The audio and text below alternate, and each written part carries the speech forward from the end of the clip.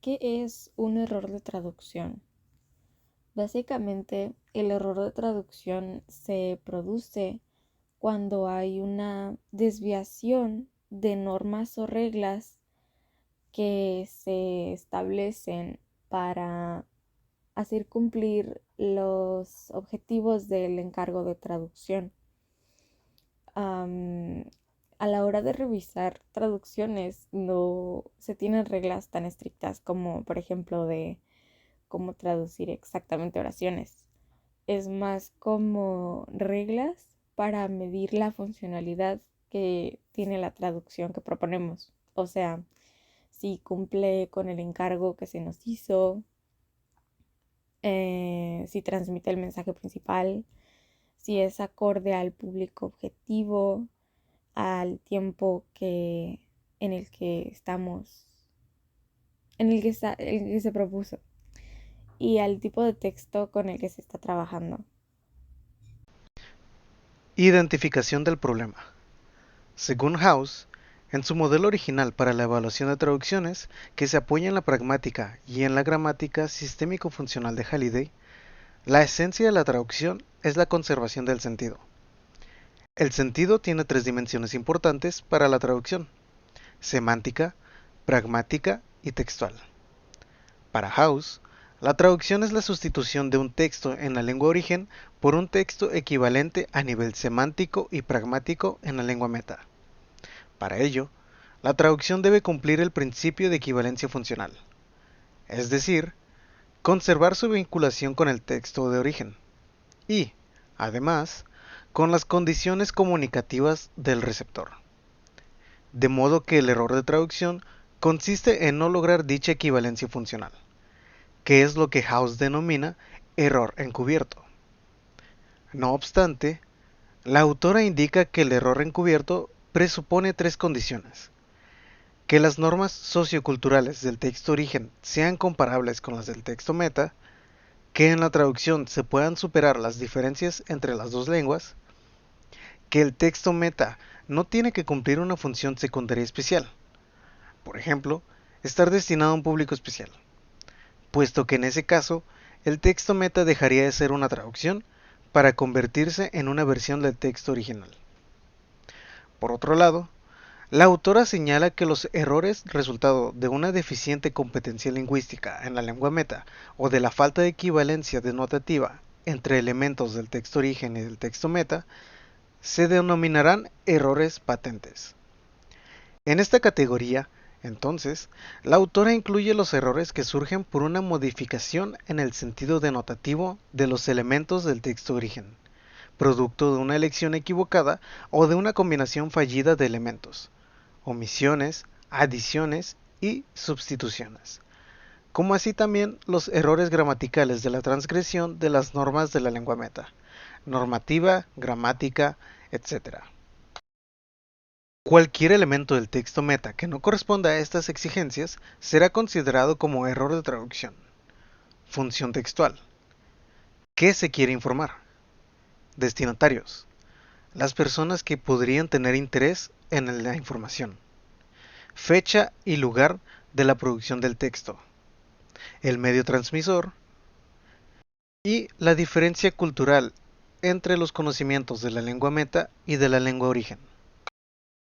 Para Nord, existen dos tipos de errores basándose en las tres dimensiones de House.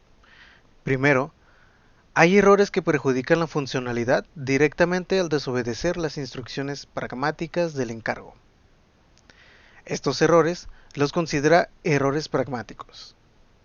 Segundo, hay errores que la perjudican de modo indirecto al no cumplir las normas y convenciones estilísticas generales o genéricas de la cultura meta. En tal caso, la traducción se entiende, pero no es aceptable desde el punto de vista textual. Estos errores los llama errores culturales, porque tienen que ver con las convenciones específicas de la cultura meta. Si, en el marco del concepto funcional, la finalidad del proceso traslativo se define mediante el encargo de traducción, un no cumplimiento de tal encargo con respecto a determinados aspectos funcionales debe considerarse como error o falta. Hurtado clasifica los errores de traducción en tres bloques: las inadecuaciones que afectan a una comprensión correcta del texto origen, contrasentido, falso sentido, sin sentido, adición innecesaria, supresión, etc.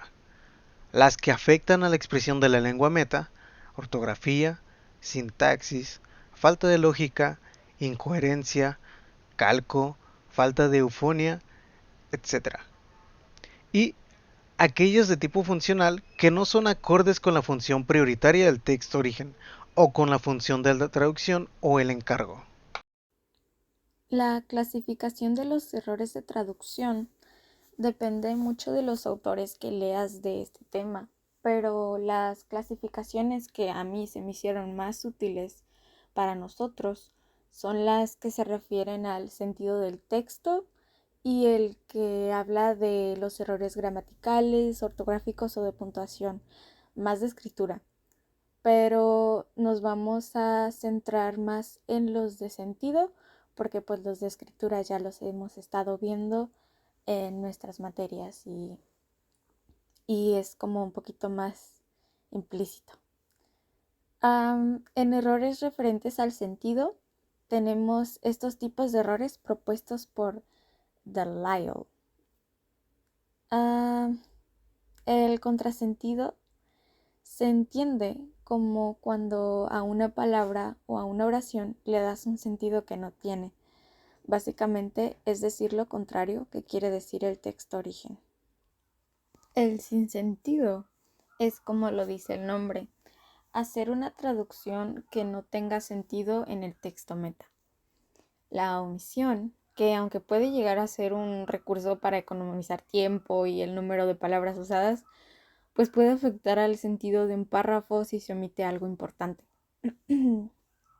El falso sentido es cuando confundes el significado de una palabra y la utilizas en un contexto en donde no tiene sentido. La adición es añadir oraciones, ya sea porque son opinión propia o se cree que puede ayudar a comunicar el mensaje que se quiere dar, pero pues no es correcto hablar de más que el texto origen. La hipertraducción es de entre todas las posibilidades para traducir una oración o una palabra, se utilice la opción que sea menos adecuada para esta ocasión o la que menos se asemeja a la expresión original. Y la sobretraducción es básicamente tratar de explicar más cosas de lo que explica originalmente el autor. Y por último, la subtraducción es ignorar recursos estilísticos o de explicitaciones del autor a la hora de la traducción.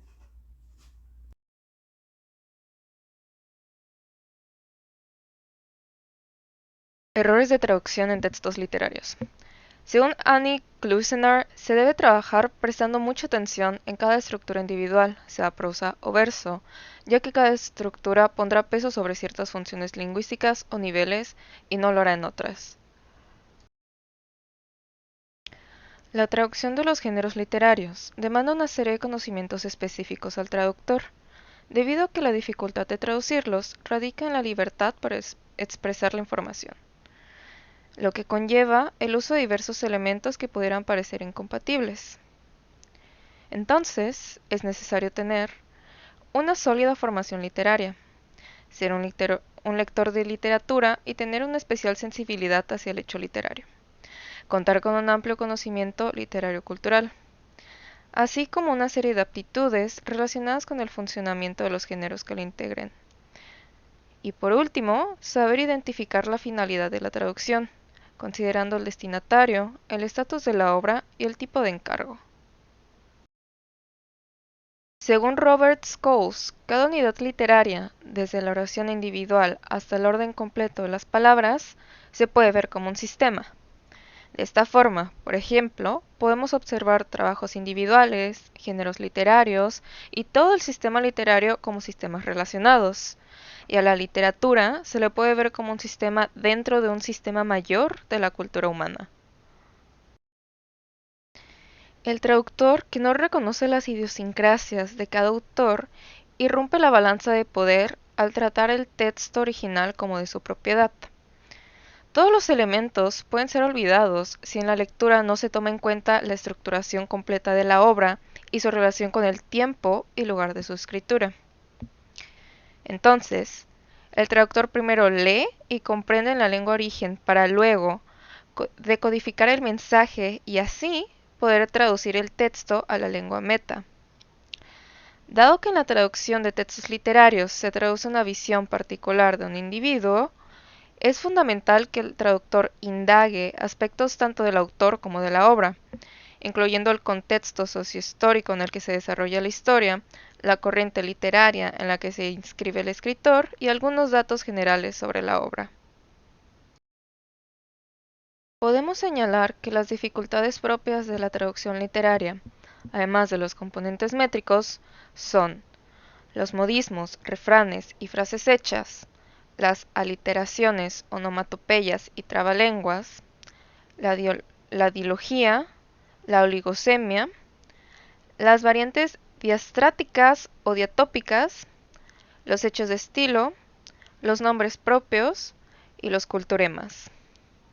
Montes afirma que el traductor no puede aplicar una única solución para cada una de estas dificultades, sino que debe tomar decisiones diferentes basadas en el contexto. De este modo, el grado al que el autor reproduce la forma, ritmo, tono y demás del texto origen será determinado por el sistema del texto meta comparado con el texto origen y dependerá también de la función que cumple la traducción.